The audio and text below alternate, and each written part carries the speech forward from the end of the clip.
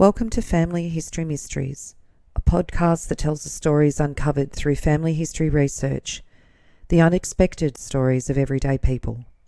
I am an avid family historian who has been compiling my family tree for over 15 years, with nearly 20,000 people recorded in my trees.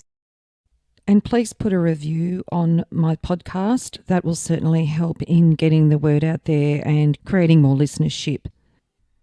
Episode 196, Robert Mills. Part 2. In Part 1, I covered the story of Robert Mills and his suicide that occurred after the disappearance of his son. And 7 years after Robert Mills's death in Victoria, Australia, there was a statement made in the Warrnambool Advertiser linking him to the identity of Sir Roger Tichborne. I covered towards the end of Part 1 who Roger Tichborne was and where he came from and how there ended up being this link to Australia. Part 2 covers the court case in which a man named Tom Castro, who was mentioned in that article 7 years after Robert Mills's death, alluding to a link between Tom Castro and Robert Mills, and how he became the claimant to the Tichborne estate in one of the longest court cases in English history. So a little about this mysterious Thomas Castro. Well, it was discovered in the 188th day of the trial that Thomas Castro was in fact Arthur Orton. Arthur Orton was a butcher's son born on the 20th of March 1834 in Wapping. He'd gone to sea as a boy and he had been in Chile in the early 1850s. In November 1852 he sailed for Tasmania aboard the Middleton and arrived in Hobart in May 1853. There he worked for several butchers. There is some evidence he was a heavy drinker, and he appeared before magistrates for minor trade malpractices. In the Hobart Mercury on the 1st of August 1855, it reported the case of Fane versus Orton in the Mayor's Court, in which the city surveyor brought a charge of offering for sale unwholesome meat unfit for human food against Arthur Orton, butcher of Macquarie Street, and Orton pled guilty. In October 1855, Orton appeared on a charge of obtaining money under false pretences brought by Frederick Dyte, after Orton had been a witness against Dyte in an earlier Supreme Court trial, but the case was dismissed. Orton's letters to England while he was in Hobart showed he was fond of dogs and children and affectionate towards his girlfriend in Wapping. Arthur Orton landed on the schooner Eclipse after leaving Tasmania for mainland Australia in 1855. He was bound for Port Albert on the coast of Gippsland in Victoria. He worked for some time on squatters' runs in the district. His employment with Foster at Gippsland was terminated around 1857 with a dispute over wages. He appears on a subscription list donating £2 for the Patriotic Fund for the Upper District of Gippsland and is listed as a stockman and one of the men at Merbourne Park. There was a personal notice in a Hobart newspaper from May 1856 that says, if this should meet the eye of Arthur Orton, formerly of 69 Wapping, London, by applying on the board Irene, he will hear of his friends.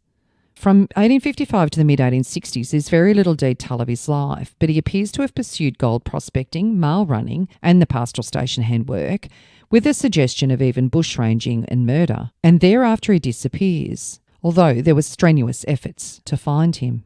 In April 1859, a letter to the editor of the Gippsland Guardian mentions Orton and says that he was in charge of Dargo Station and recounts Orton's testimony in relation to the mysterious disappearance of William Henry Clare, alias Ballarat Harry. And in July 1858, it outlines the disappearance of Ballarat Harry. And it says, John Turner Taylor sworn that he was a miner on the Wentford River and he was mates with Walter Henry Clare, known as Ballarat Harry, at Ballarat and the Water Yallock 4 years ago, so that would have been 1854.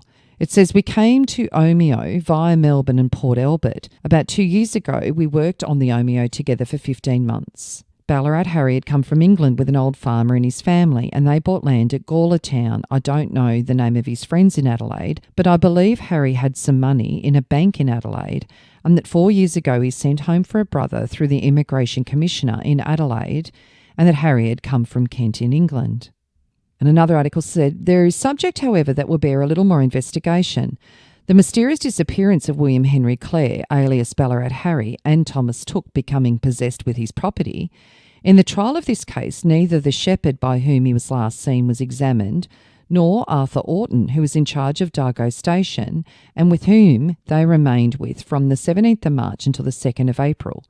And from the remarks from Orton, it appears that Tooke had told Ballarat Harry many falsehoods in order to inveigle him to Dargo. The statement of Orton is as follows. I remember Thomas Tooke and Ballarat Harry coming to the Dargo on the 16th or 17th of March. Tooke inquired whether Mitchy the Frenchman was there. I said no. They remained until the 2nd of April. In conversation with Claire, he told me that Tooke had informed him that Mitchy had shown Tooke a nugget of gold weighing 13.5 ounces and that Mitchy had promised to meet Tooke with his mate. When I asked Tooke why they were to meet at Dargo, he said that Mitchy had found a goldfield at Glenmaggie and that J. Johnston Esquire had given Mitchy the Bruthen station for 3 years to keep it secret and that they were going to cross the mountains so that nobody should see them. Sometime after this I saw Mitchy and asked him what prevented him from coming. He appeared quite surprised and said he'd neither found a nugget nor had he promised to meet them. Arthur Orton also states that he knew Claire to have money with him and also a quantity of gold, and he showed him from amongst the lot a nugget resembling the size and shape of the first joint of the little finger. Tooke then told Arthur Orton while he remained with him that he had no money, but as soon as he got some, he should go back to Omeo as he was indebted there. Tooke has long borne the character of being a doubly convicted expiree and a reputed horse and cattle stealer, and the universal opinion is that Claire has met with his death by some unfair means. It is to be hoped that diligent search with the aid of some intelligent Aborigines will yet be made along the banks of the Guano Creek for the remains of Ballarat Harry.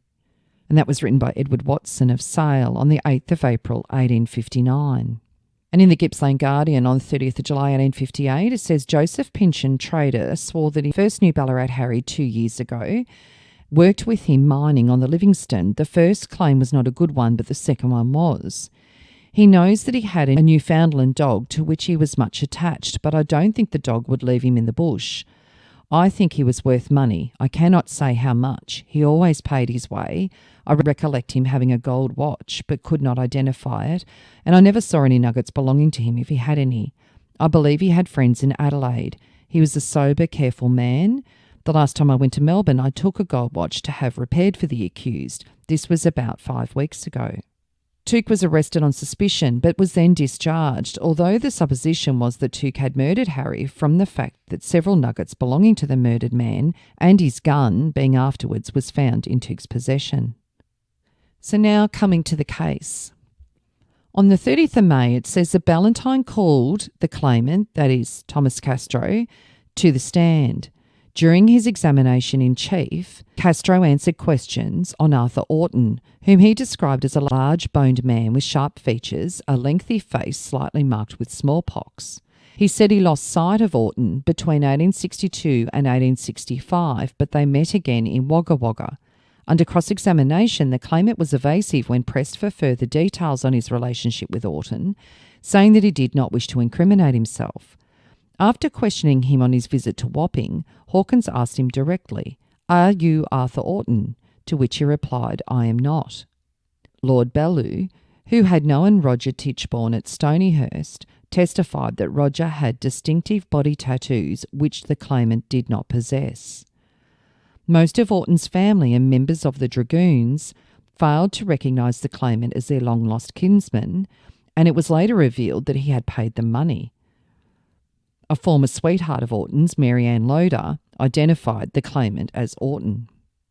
People put forward their accounts from all areas of the world. One of them came from a tiny gold mining town settlement called Red Jacket near Walhalla in Victoria, and it was described as a curious report of Roger Tichborne.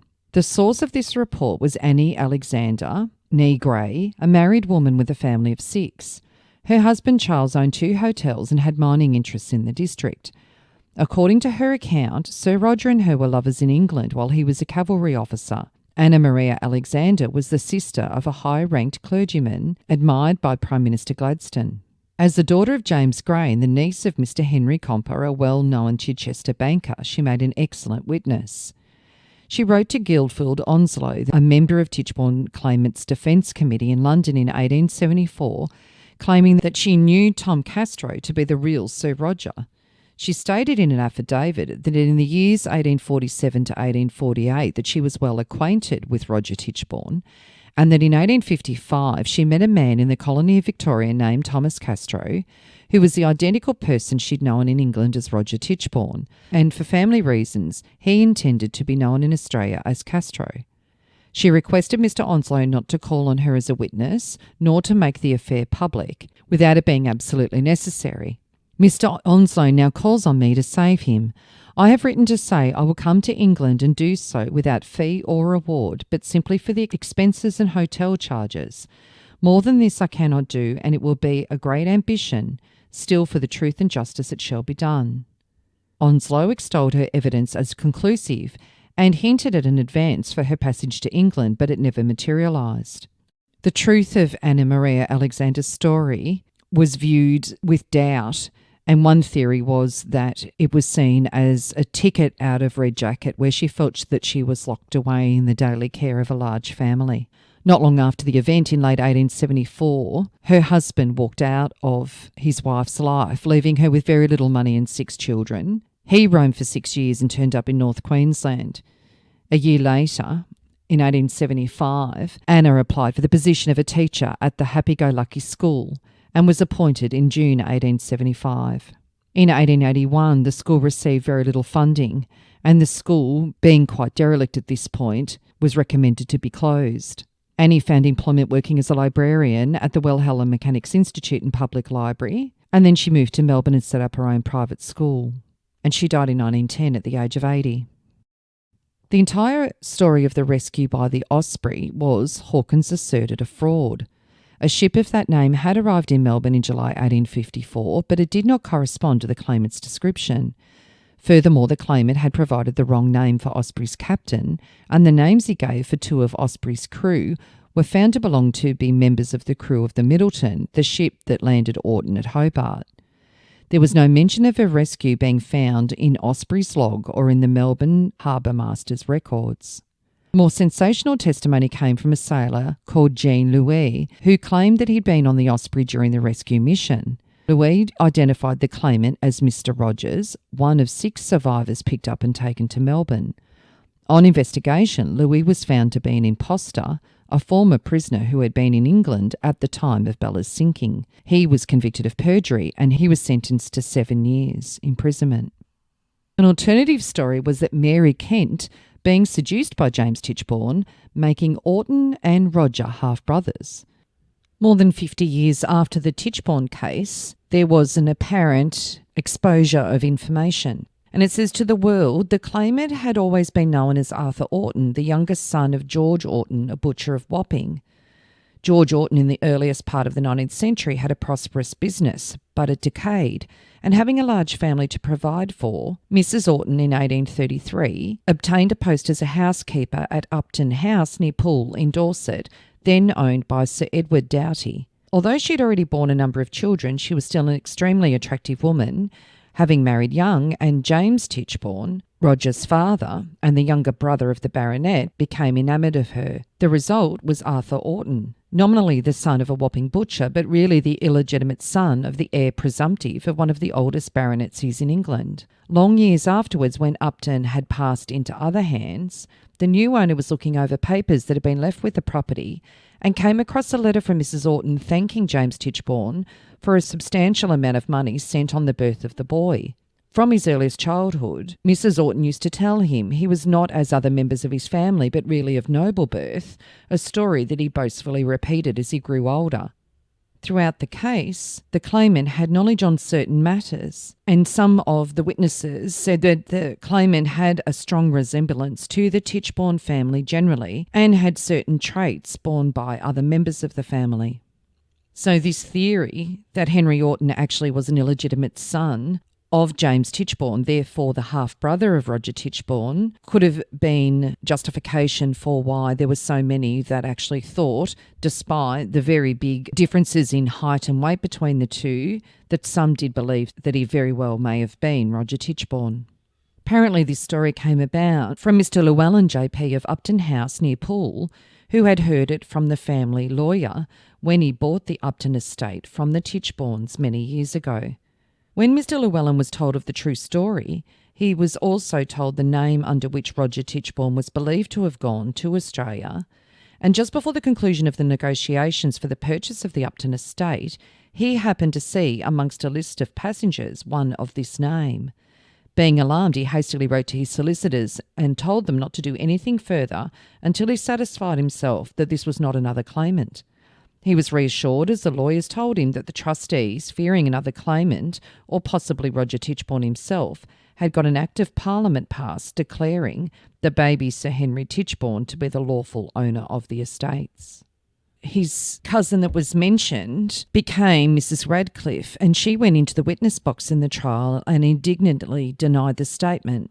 Other versions have Orton and Roger as companions in crime in Australia, with Orton killing Roger and assuming his identity. Thomas Castro's daughter, by Mary Ann Bryant, Teresa Mary Agnes, maintained that her father confessed to her that he had killed Arthur Orton and thus could not disclose details of his Australian years. There is no direct evidence for any of those theories. In 1873, there was a statement by Joseph Henry Madden at St George Black's Tarwin Station in Gippsland, and it says, "I am a bushman. I have been in this bush of the colony for over 10 years. I wish to tell the facts of my connection with Sir Roger C. Tichborne, whom I knew as Tom Castro. In 1863, we were mates and were engaged in driving the mail on the Warrnambool River for Mr. James Gormley. I drove from Hay to Boree twice a week, and he drove my mail on to McNeil's once a week and also to the Narrandera township once a week. We lived together at Narrandera.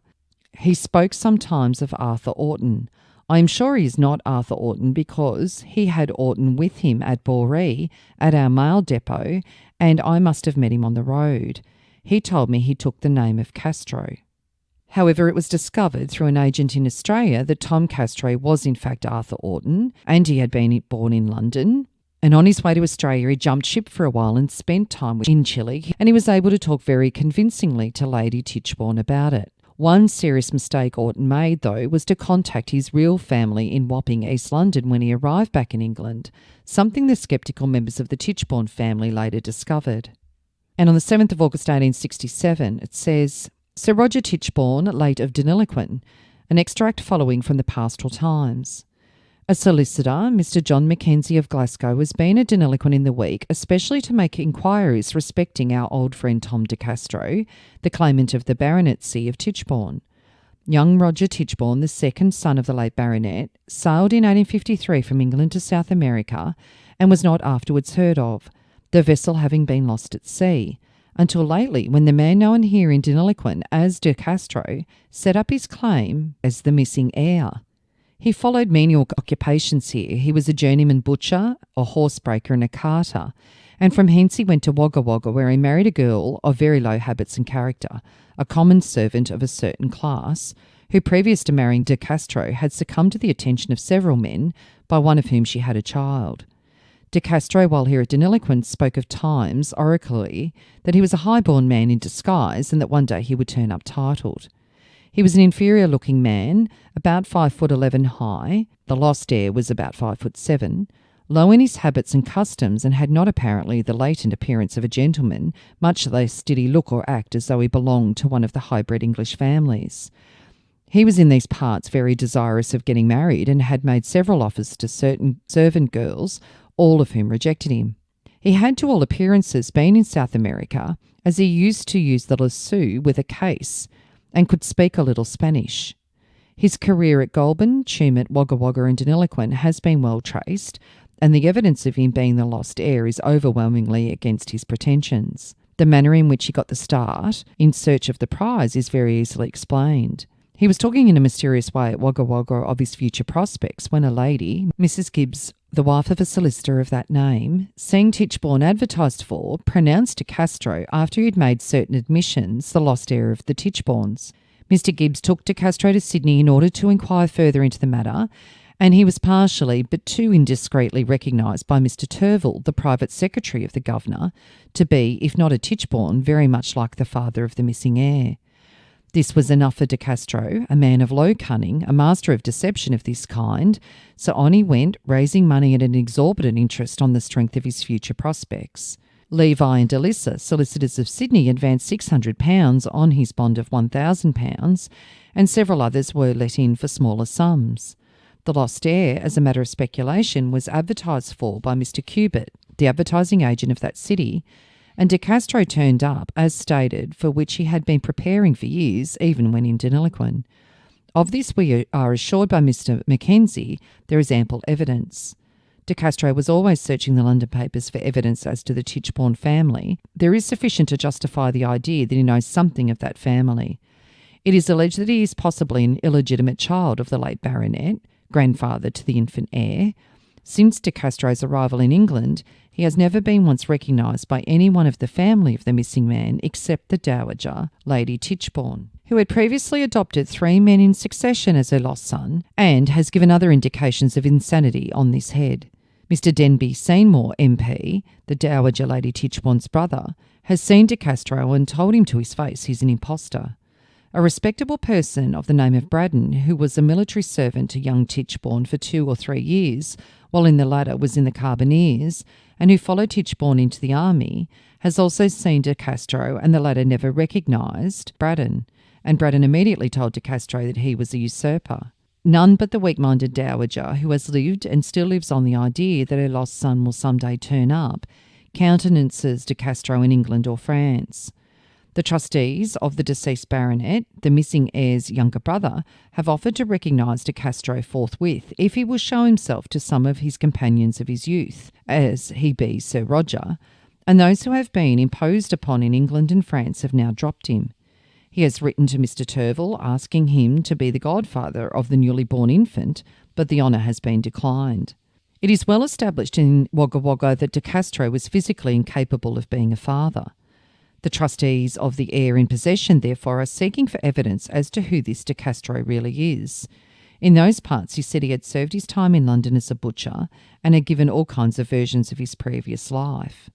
We are assured by Mr. Mackenzie, who'd only landed in England a few weeks ago from a visit to Australia, when he was specially sent back again to prosecute inquiries as to De Castro's life, that there is no desire on the part of the trustees in the Tichborne estates to throw any obstacle in the way of the missing heir, if he be living, taking his legitimate inheritance.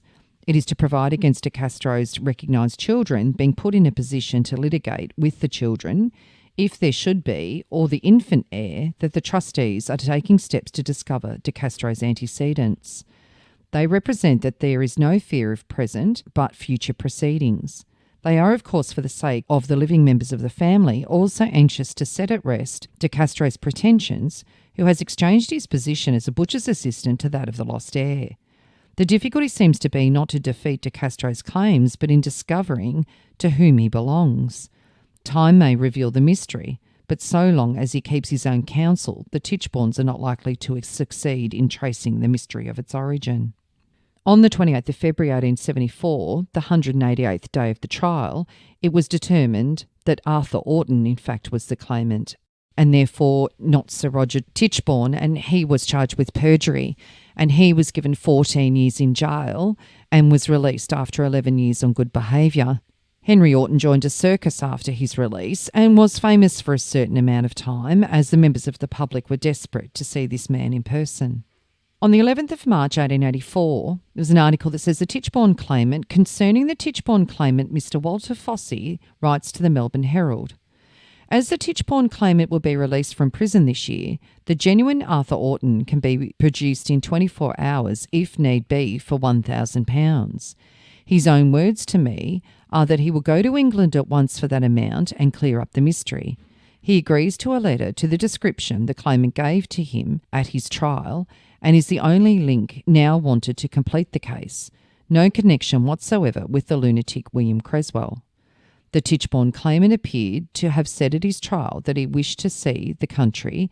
He was engaged as a stock driver in his own name by William Foster of Melbourne upon the day he landed on the Osprey on the 29th of July 1854.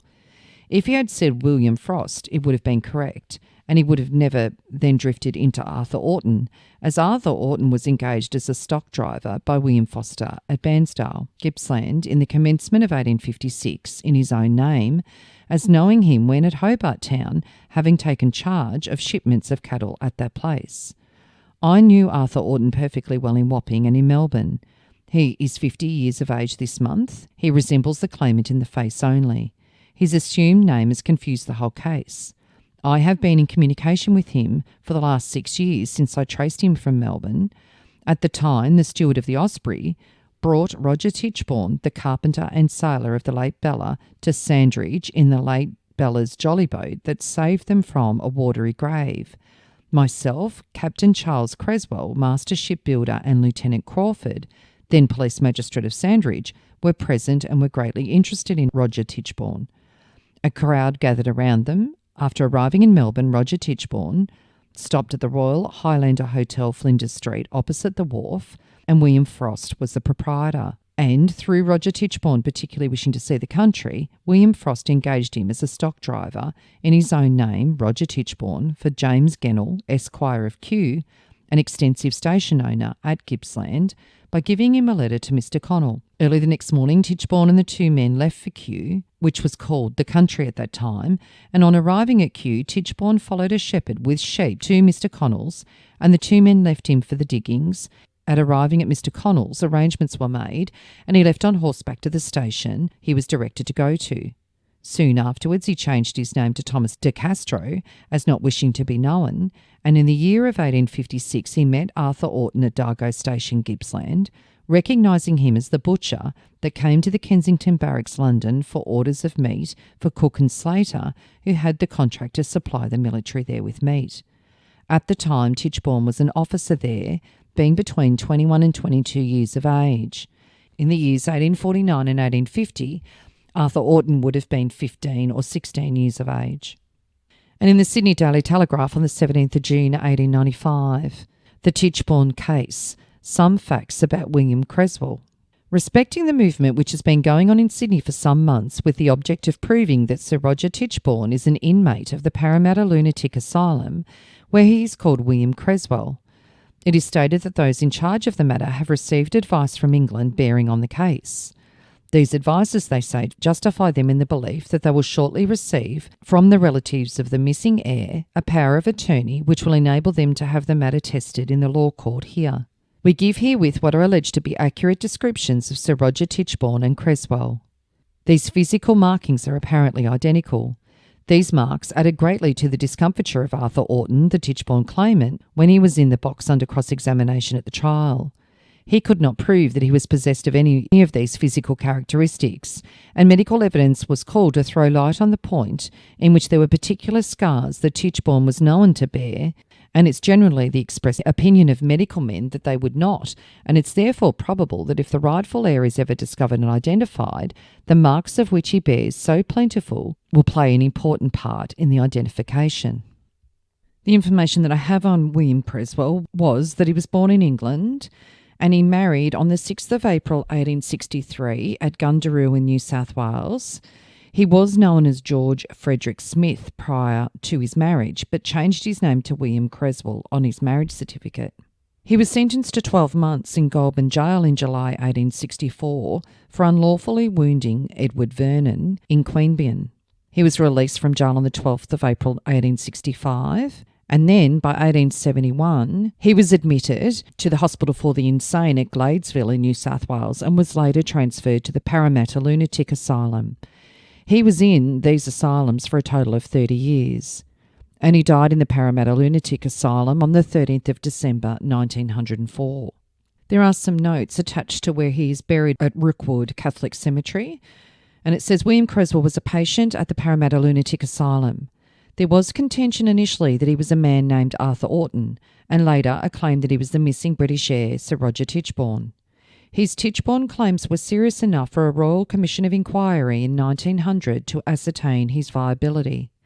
Over 3 months, 7 meetings were held with 23 witnesses involved before the Commission determined that he was William Creswell and not Sir Roger Tichborne. The Commission did say they thought him of sufficiently sound mind to be released from the asylum. However, William remained at the asylum until his death in 1904. In part 3, I'll be going over a timeline that compares Sir Roger Tichborne, Henry Orton / Thomas de Castro, Robert Mills, and William Creswell. If you are interested in sharing your story on my podcast Family History Mysteries, please go to my Facebook page and send me a message. If you would like some assistance in filling in the gaps in your family tree to see what mysteries you solve, please get in touch. And don't forget, you can have early access to episodes by subscribing, and you'll also gain access to bonus episodes.